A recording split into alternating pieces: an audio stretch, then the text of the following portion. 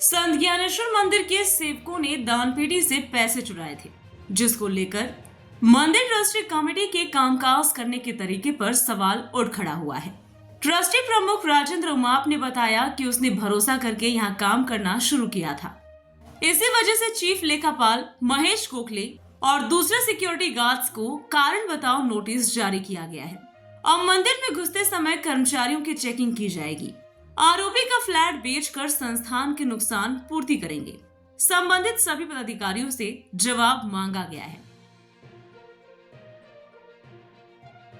या संदर्भात विशाल वारोळी नावाचा जो काही आरोपी आहे याला संस्थांनं अधिकृतरित्या संस्थांचे जे काही मुख्य व्यवस्थापक आहेत त्यांनी तक्रार देऊन त्या संदर्भात त्याची सगळी FIR त्याच्यावर दाखल केलेला आहे। म्हणजे ही जी काही कारवाई सुरू केलेली आहे ती कोणी केलेली आहे?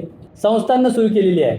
त्या कारवाईमध्ये तो किंवा इतर त्याला जर कोणी मदतनीस असतील, कोणी त्याला सहकार्य केलेलं असेल किंवा त्याच्यामध्ये कोणाचा जर हात असेल तर त्याला कोणालाही आम्ही सोडणार नाही। त्या ठिकाणी प्रत्येकावर कडक कारवाई केली जाईल अशा प्रकारचं आश्वासन मी आपल्या देवस्थानतर्फे आपल्याला देतो। आपण जर पाहिलं तर मी आत्ताच सांगितलं की या संदर्भात आम्ही संस्थांचे जे काही मुख्य व्यवस्थापक आहेत, त्याचबरोबर कॅश विभागाचे प्रमुख आहेत, त्याचप्रमाणे प्रशासन सहव्यवस्थापक आहेत किंवा अन्नदान विभागातील जे काही कर्मचारी आहेत यांना याबाबत लेखी खुलासा त्यांचा मागवलेला आहे। आज संध्याकाळपर्यंत त्यांचा लेखी खुलासा येईल। त्याचप्रमाणे जे काही मुख्य व्यवस्थापक आहेत त्यांच्याकडून या संबंधीचा सर्व जो काही अहवाल आहे तो देखील मागवलेला आहे। त्याच्यामध्ये कोणालाही आम्ही पाठीशी घालणार नाही। निश्चितपणे पारदर्शकपणे या घटनेची चौकशी केली जाईल। या व्यतिरिक्त अजून जर कोणी यामध्ये जर दोषी असतील तर त्यांच्यावर निश्चितपणे संस्थान कारवाई करेल। त्या संदर्भात आम्ही कालच ते सुरक्षा विभागाचे जे काही कॉन्ट्रॅक्टर होते त्यांना बोलून घेतलेले आहे आणि त्यांना त्या संदर्भात कडक सूचना दिलेल्या आहेत की अशा प्रकारची घटना घडणं हे अत्यंत दुर्दैवी आहे। त्या संदर्भात आपण सर्व जे काही सुरक्षा रक्षक आहेत त्यांना सक्त सूचना द्यावी। भविष्यामध्ये अशा प्रकारच्या घटना घडू नयेत म्हणून आम्ही CCTV जे काही आहे त्याच्यामध्ये अजून वाढ करतोय। त्याचबरोबर AI टेक्नॉलॉजी वर जोडण्याचं काम प्रस्तावित आहे।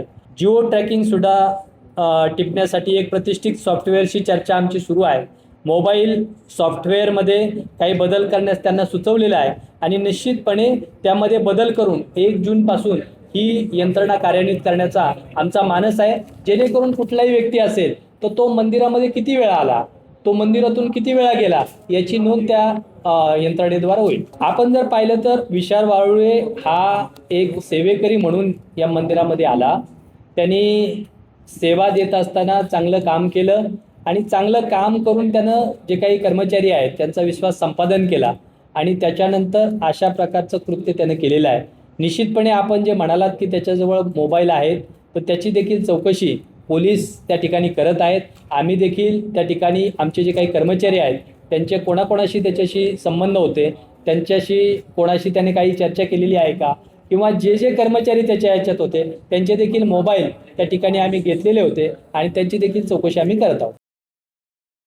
Bureau report, V-Service news, Pune, Maharashtra.